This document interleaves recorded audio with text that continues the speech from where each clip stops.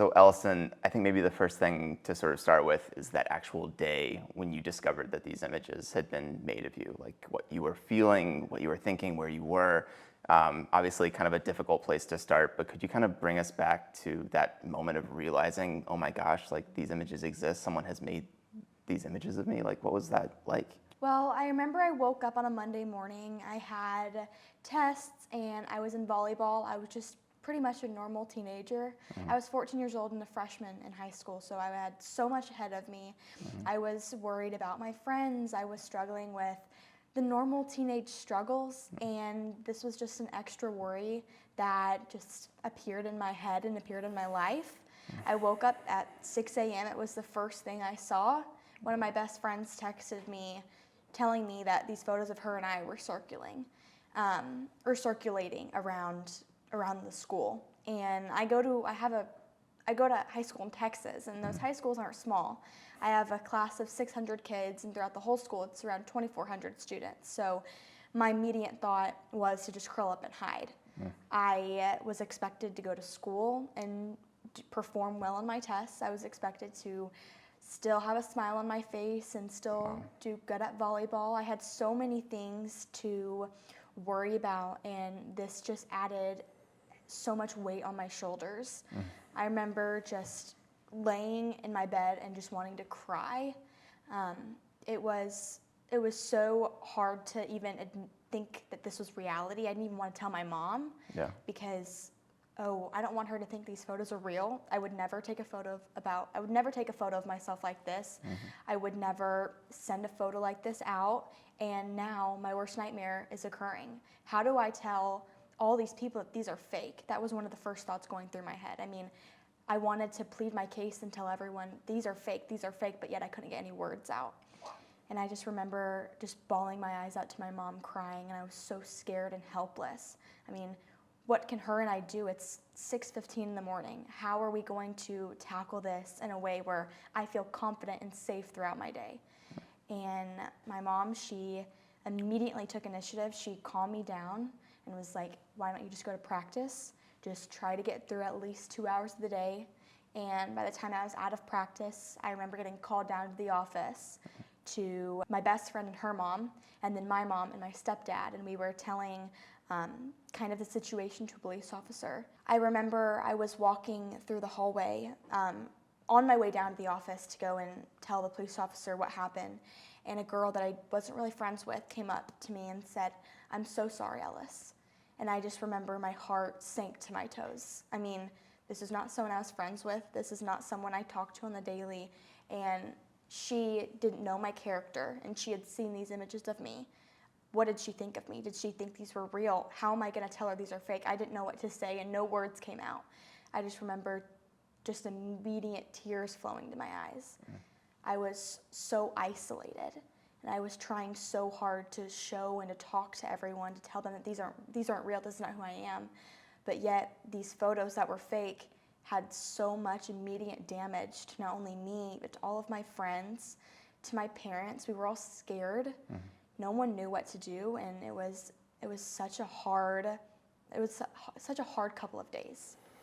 You know, obviously when we think about school and the purpose of school, we think it's to educate people, but you really can't educate someone who doesn't feel safe. And so really like the primary goal of a school before it educates has to be assuring that students are safe.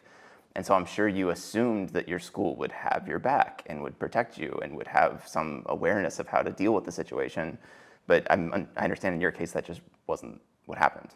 Unfortunately, that was not what happened. I mean, when we first went and told the police officer at our school, I was expecting something to change immediately. I know it was kind of a false hope, but just for him to pinpoint the student immediately and everything move on, but that wasn't reality. I remember all of my friends, we didn't want to go to school.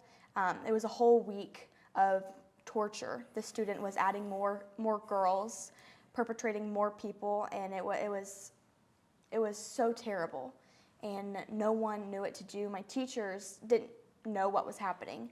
They weren't informed about the situation, and It was so hard trying to get all my work done, still perform well academically, while still trying to attend and act like my brain wasn't only thinking about these photos, it was only thinking about how people were looking at me.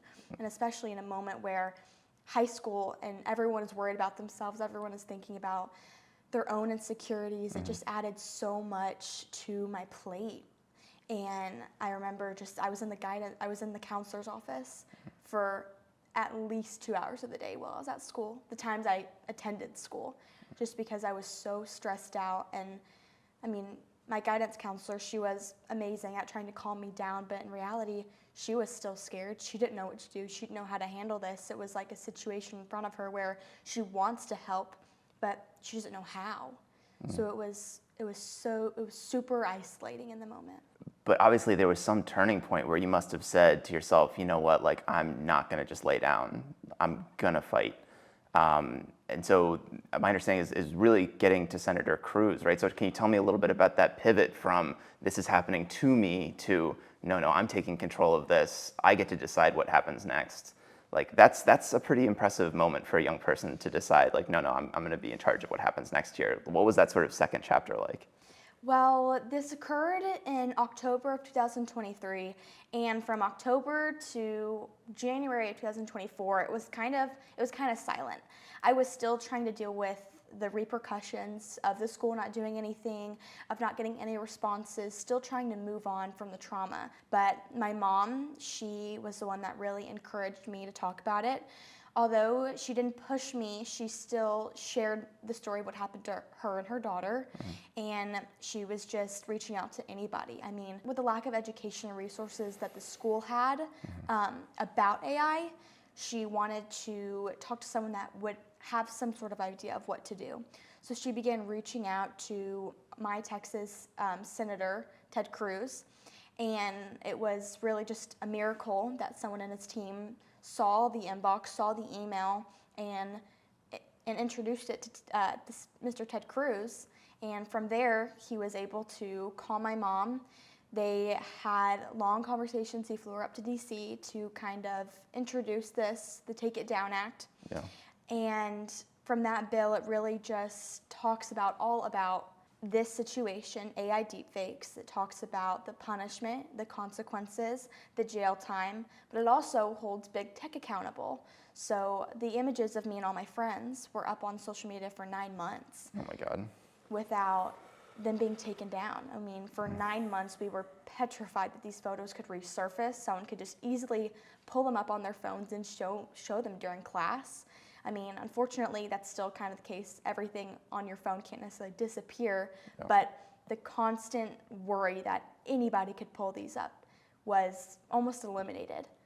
So that was super relieving, and that's what this bill really talks about. And it was so important that that was mentioned in this bill.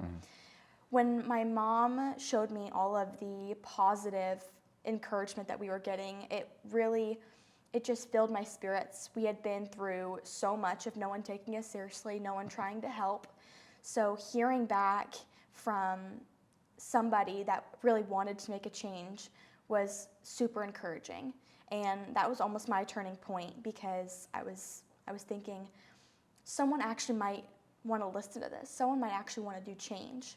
And I was thinking about all the other cases of people that don't have a community, people that don't have someone in their space that they can talk to. And it just was a moment where this situation that happened to me, I can't change. I can't sue the guy. I can't really do anything. But I have an opportunity placed in front of me to make change, to kind of help somebody else. And I would be stupid if I didn't take that. Yeah. So with the encouragement of my mom, with the support of my community, and really just the Lord placed an opportunity in front of me, and we knew we had to take it. Well, so I'm curious, unfortunately, these incidents are now happening still on like a weekly basis all over the country. And so if you think about a young girl out there who was in the position you're in, which is feeling isolated, feeling ashamed, not sure who they can talk to or what resources are available to them, what would your message be to that kid if there's someone out there who is victimized by this? What would you tell them to do if this happens to them or to someone they care about? Well, my first thing is to say conversations matter. If I hadn't talked to my mom at the first and that within the first 10 minutes of this happening, I don't know where I would be. I mean, talking about it, bringing light to it, it almost helps you feel not as alone. And just having someone, whether that's a teacher, whether that's someone you might not even be close with, someone knowing your situation can really move mountains. So that would be my first thing, is to really just focus on this and talk about it. I want people to understand that this is a real matter. If you do this to somebody, this is a serious case. It's a crime. It's a crime. You can get a felony, you can get jail time, it'll be on your record forever, and it's dangerous, and it can ruin somebody. And coming from a victim of this, it destroyed me. It completely ruined my self-esteem. It ruined the thought of the future. I was convinced the rest of my life would be over. I was convinced I wouldn't get into college, I wouldn't get a job, that these photos would follow me around. With all the new resources that are sprouting and all the people that are wanting to make change, it gives a new hope to the situation, gives people a new thing to look forward to. It gives victims an ability to have something in their corner. What's also super important is the fact that this Take It Down Act, you're able to prosecute somebody. You're able to get all images taken down with 48 hours. I mean, how is a individual, a teenager, going to be able to get in contact with companies like Instagram, companies like Snapchat, these billion-dollar companies that don't have a really good resource inbox where you're able to talk and reach out to. So getting all images taken down with 48 hours is super important, especially with how big social media is nowadays. And this new generation, that's all people use for communication, how you keep up with people, is all throughout social media. So having these images that you did not consent to be on social media, you have the ability to take them down. As well as there's so many new organizations that you're able to reach out to. So if you're a victim of this, you can reach out to organizations like NCMEC and RAIN, that although their whole situation is more than just deepfakes, there's still an inbox. There's still someone that cares for you. There's still someone that's willing to listen to you and give you the right directions, give you an inbox, give you someone to talk to in order for you to process how you're feeling, in order to further make change. Yeah, I mean, I think what you're getting at is just this idea that you're not alone. Like, there are laws to help you, there are systems to help you, there are people who want to help you, and frankly, everyone who's going to be watching this is going to be watching because they're watching a course, learning about deepfake safety and why this is so important in schools that have decided, yes, we're going to take the time out of our day to make sure that this is something that we address. So that's something that was not happening at your school, but imagine if it had been, right? Imagine how different the response could have been if they had taken the time to do training like this, right? It would have been a totally different situation. It would have been absolutely different. And honestly, if there was sort of something implemented at my school at the time, we would not have all of this. So it means so much to me that we are able to have this idea really become a reality, to really put it out there, protect schools. No one should have to fear for their safety in a learning environment, in an academic place. That's where you're focusing on your education. That's where you're focusing on learning more and developing as a person. You shouldn't have to fear for your safety. You shouldn't have to fear for your image. So having sort of a curriculum, having sort of this education about AI training is so important and so critical in the development of this new society that's arising. You know, as you say that fear for your image thing, it reminds me of something I'm hearing a lot from Gen Z and Gen Alpha right now, which is, for years there's been this fear of getting like caught in 4K, right? Like getting caught on camera doing something. And now the idea is you can get blackmailed or extorted or caught on camera for something you didn't even do. It's not even real, it's a deep fake. And so it's almost like gas on a fire that's been burning for your generation for years now, this idea of getting caught on camera. Does that sound right? Does that like resonate with your experience of being a young person today? This idea of being caught on camera feels very real. Yeah, I mean, absolutely. I mean, anyone, if you do anything, one thing my parents always taught me is just be careful about phones. I mean, be careful about photos you take, photos you post, because that kind of thing is going to be on the internet forever. Ultimately, if you post a picture, it's extremely hard to wipe that off every single everybody's devices. So it is so important that Take It Down Act removes it off social media, but it doesn't necessarily take it off everyone's devices. I mean, that's something that I don't think anyone can be able to achieve. I mean, that would be a goal. But the whole being caught on camera, it's so true. I mean, people have photos and videos of them doing something that they shouldn't be doing, and then that ruins their reputation. So with all this new AI arising and the Sora AI and all this crazy, just realistic AI, it's so scary and dangerous. It's hard to tell what's real and what's fake. So it's scary. I mean, we need to be proactive instead of reactive. We need to be able to control this. We need to be able to not feel intimidated by it, because if this is rising, we can too.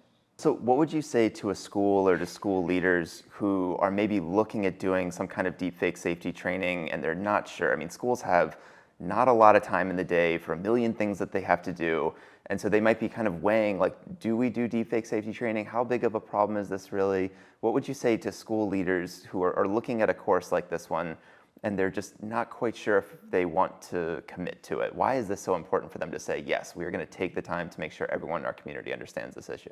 The time that they are spending debating, another student is committing suicide. Another student is being a victim. Another student is dealing with the repercussions. It is so important to bite the bullet and just do it. I mean, it's better to be proactive rather than reactive. And it is so, so important that you are able to go through the uncomfortable conversations, do the hard, so that way you're able to do that for your students. If you have the passion of teaching, you have the passion of being that, then you need to show up for your students. You need to show up for the kids that are in your life. It is so important to help them. You are in an environment of educational success. You're in an environment of effective learning, and it's so important to have the uncomfortable conversations for your students' learning in order for them to succeed in the future. It's so, so important. And I think that's one of the major things that lacked in my situation, but it's so critical that this is now arising and that we're able to do that for other schools.